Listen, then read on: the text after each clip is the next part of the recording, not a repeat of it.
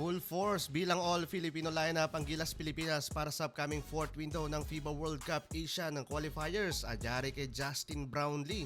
Isang malaking katanungan ngayon para sa Gilas Pilipinas ang availability ni Justin Brownlee matapos lumabas ang balitang posibleng hindi siya makakalaro sa paparating na FIBA World Cup Asian qualifiers fourth window at maging sa Asian Games. Ayon sa ulat, hindi pa umano nasa 100% kondisyon si Brownlee kaya maaaring hindi muna siya isama ng Gilas Pilipinas habang nagpapatuloy ang kanyang recovery. Malaking kawalan ito para sa ating national team dahil si Brownlee lang naman ang naging pangunahing naturalized player ng Pilipinas sa mga nakaraang taon. Siya ang tumulong sa Gilas para makuha ang gold medal sa 2023 Asian Games at naging mahalagang bahagi ng mga kampanya ng bansa sa international tournaments. Kung hindi siya makakabalik agad, malaking hamon ito para kay Coach Tim Cone. Kailangan niyang humanap ng bagong kombinasyon at mas malaking kontribusyon mula sa mga local players ng Gilas. Pero hindi pa tuluyang nawawala ang posibilidad na makabalik si Brownlee. Depende pa rin ito sa kanyang kondisyon at kung makakuha siya ng clearance bago ang mga importanteng laro. Sa ngayon mga idol, ang tanong para sa mga Gilas fans, kaya ba ng Pilipinas na lumaban kahit wala ang kanilang naturalized star kagaya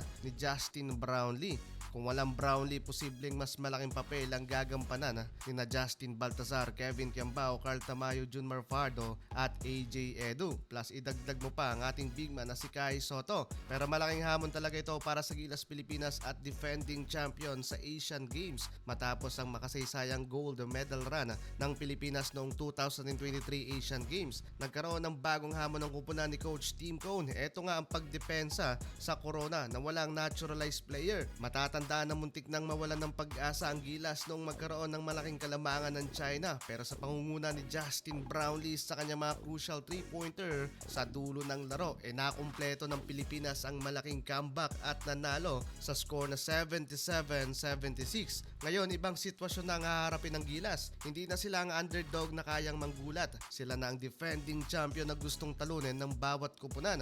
Makakasama ng Pilipinas sa Group C ang China, Bahrain at Kazakhstan, kaya agad silang haharap sa mas matinding bakbakan sa kanilang kampanya sa Asian Games. Ayon kay Chris Newsome, alam ng Gilas Pilipinas na mas magiging agresibo ang kanilang mga makakalaban, lalo na ang China, dahil hindi pa nakakalimot ang Chinese team sa masakit nilang pagkatalo kontra Pilipinas noong semifinals ng nakarang Asian Games.